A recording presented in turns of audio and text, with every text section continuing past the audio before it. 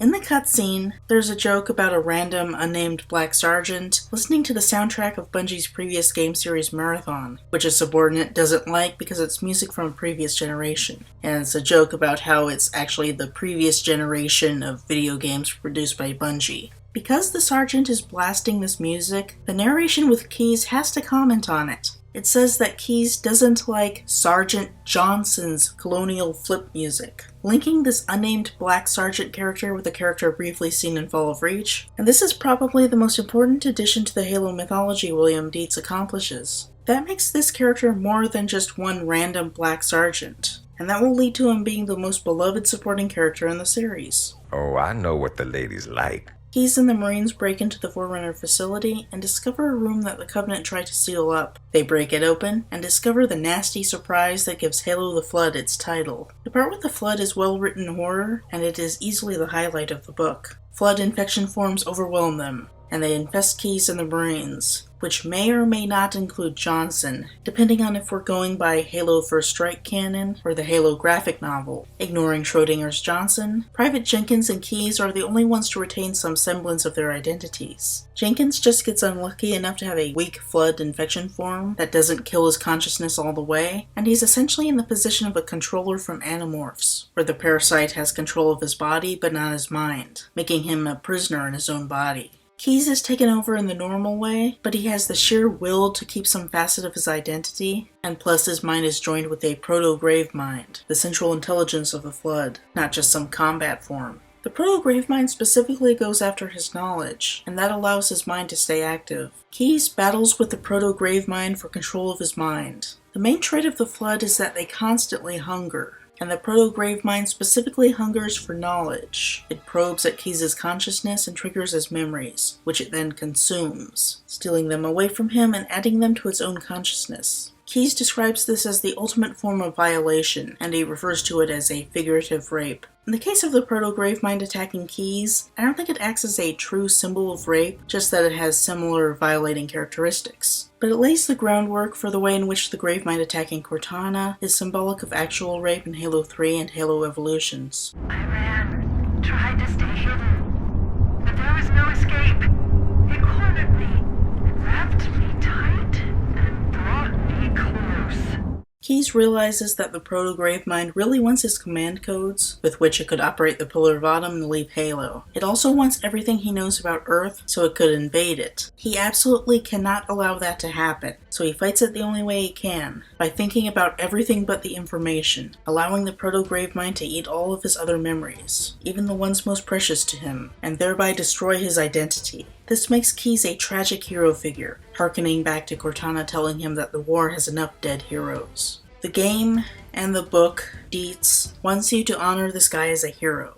Okay, I just wish that his treatment of Dowski was recognized as messed up. Ackerson gives the brutes false intelligence when interrogated in Halo Uprising, and this is treated as his redemption for his grudge against the Chief in Fall of Reach, and, trying to kill him without authorization. Keyes could be portrayed as a jackass who finds redemption in his last stand against the proto-grave mind, but his abuse of Dowski is not even recognized as problematic in the least. Indeed.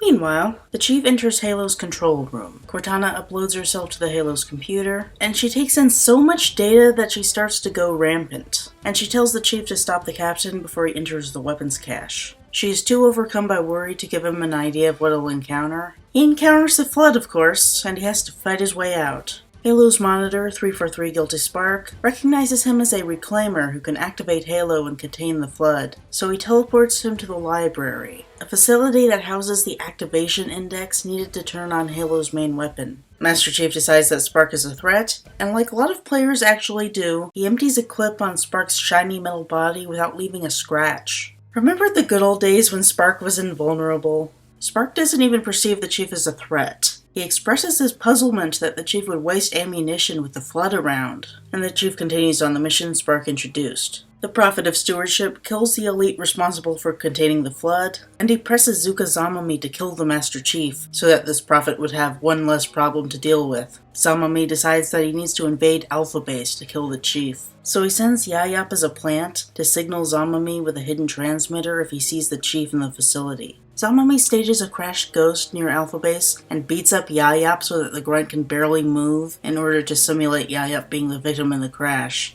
Nice guy. McKay determines that Yayap is not a threat and captures him, hog-tying him and letting him bounce around in the back of her vehicle. Yayap is so mistreated. I feel so sorry for him. It's useful to note that Yayap's abuse is used specifically to make him sympathetic. Though he somewhat fulfills the role of the schlemazel in a comedy routine, we feel sympathy to Yayap and do not dehumanize him. Or degruntize him.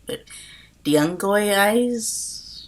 In the manner of Ellendowski. Yayap's our guy. Yayap does indeed see the Chief, and he triggers the transmitter. However, Zamami takes a few hours to attack, and the Chief is long gone by then. Zamami coerces a captured Marine to help him disguise a group of Pelicans as from Marines reuniting with the main group after the initial crash. The Pelicans are actually crammed with elites. The captured Marine uses the right protocol, and McKay, while suspicious, gives them clearance. But Wellesley realizes that something is off, and she and Silva attack them as they touch down. At the same time, Ptolemy's forces provide support, leading to a very exciting battle. It's glorious!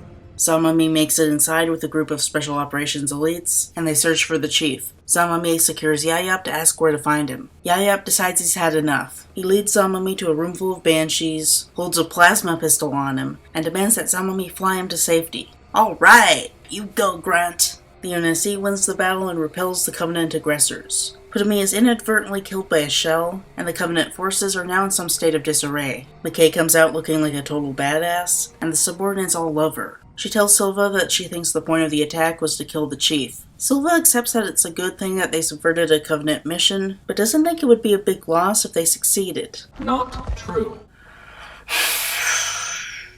McKay considers the Chief. She's a bit repelled by his golem-like white skin, but saw hurt in his eyes when Silva tore him down. She knows that his reaction was not selfish indignation, and she knows that John is a good guy. How does she know?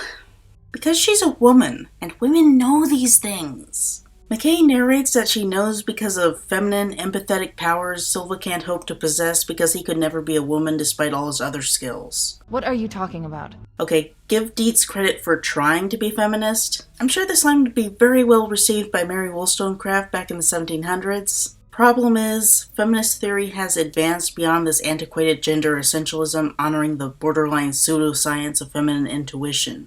The truth is that women don't have some innate power of empathetic intuition. Accepting the difference of individuals, men and women have the same capabilities. To pretend otherwise is sexist. End of story. Anyone who told you that is either a fool or quite mad. The ability to empathize and relate to people socially is certainly gendered as feminine, and women are more likely to display these traits, but this is not due to any innate power, and instead because of societal gender roles and cultural conditioning. Silva may not have the ability to literally become a woman. He's not Noble 6. But he could aspire to branch out into the traditional female gender role, and become a better man than what is offered in the traditional male role. I think this is based on fundamental misunderstanding of feminism as about female superiority instead of gender equality. When Dietz tries to write a feminist character, he has her succeed because of some superior female trait, and states that the bigot Silva is inferior not because he's bound to irrational hatred, but because he's a man and doesn't have magic empathy powers. A more properly feminist take on the situation would have McKay be able to judge the Chief's character because McKay is a people person, and was raised to be able to empathize, in line with traditional gender roles. While Silva would be constrained by a hostile social environment, forcing him into a narrow definition of masculinity, encouraging him to be a belligerent bigot.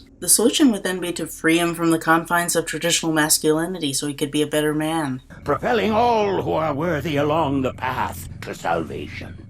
Anyway, the flood spread. They enter a series of tunnels and crawl all throughout Halo. They enter the library and attack the Chief. Players will remember this as the most frustrating part of the game. The Chief acts as a stand-in for players in expressing frustration, aggression at the Flood, and snarking at Spark for not helping. The one major addition the book makes to the sequence is the Chief happening upon the mangled body of a Marine, whose tags identify him as Staff Sergeant Marvin Mobuto. Spark refers to him as the other Reclaimer. At the time, this was a huge insight into Halo mythology. We didn't know what Reclaimers were, and this was a hint that it meant humanity. The fact that this other Reclaimer, whom Master Chief honors as a hard-ass son of a bitch for making it that far into the library, has a name like Mobuto shows an early effort at multiculturalism, along with Hikoa. I guess so.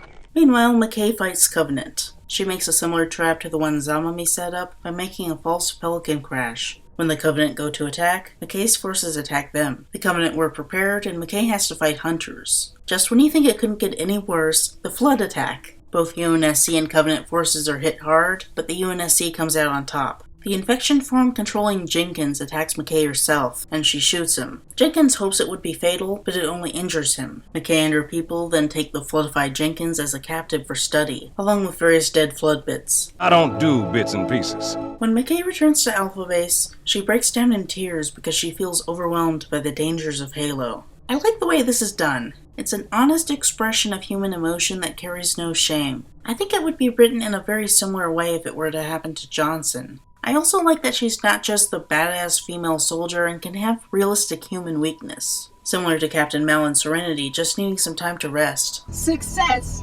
McKay reports to Silva on their analysis of the Flood, based in part on overheard Covenant translations of Forerunner descriptions. This is how Dietz justifies the game's established terms of combat form, carrier form, and infection form. McKay shows him a dead combat form that was once a female Marine. I like this kind of female representation, not just having a few main characters like McKay and Cortana, but also sprinkling them into the background to give the sense of complete female integration into the armed forces. McKay and Silva speak to the imprisoned Jenkins. The Flood mind is mostly in control, but it recedes for brief periods and Jenkins can communicate. He wants to die, but Silva won't allow it. Silva wants to know where the Flood will attack from, and Jenkins points down, so they try to seal up the tunnels to guard Alpha Base. The Master Chief acquires the Index, and Spark teleports them to the control room. Cortana isn't overtly present, and the Chief continues with the protocol by inserting the Index into the core. The activation starts, only to stop as Cortana takes control. She delivers the whammy that Halo sterilizes the galaxy of sentient life to stop the spread of Flood by starving them to death, thereby making it the absolute last thing I want to turn on after Jabba the Hutt. Spark is losing it, seems to think that Master Chief is the didact, and somewhat irrationally decides to betray the Reclaimers by forcing the protocol to complete. Cortana takes the Index data into the Chief's neural implants, making Spark have to kill the Chief to be successful. Spark summons a group of Sentinels and teleports away. Master Chief defeats the Sentinels, and Cortana helps him damage Halo enough to distract Spark with the repairs for a while. She then taps into the teleportation grid to transport him to the Flood-ridden Truth and Reconciliation to reconvene with the Captain. They find Keyes completely overtaken by the Proto-Grave Mind, dead in every meaningful way, and both of them express true sadness. I'd feel more myself if Keyes hadn't led the torture of Dowski, thereby making him a terrible human being. Seriously, what the hell, Dietz?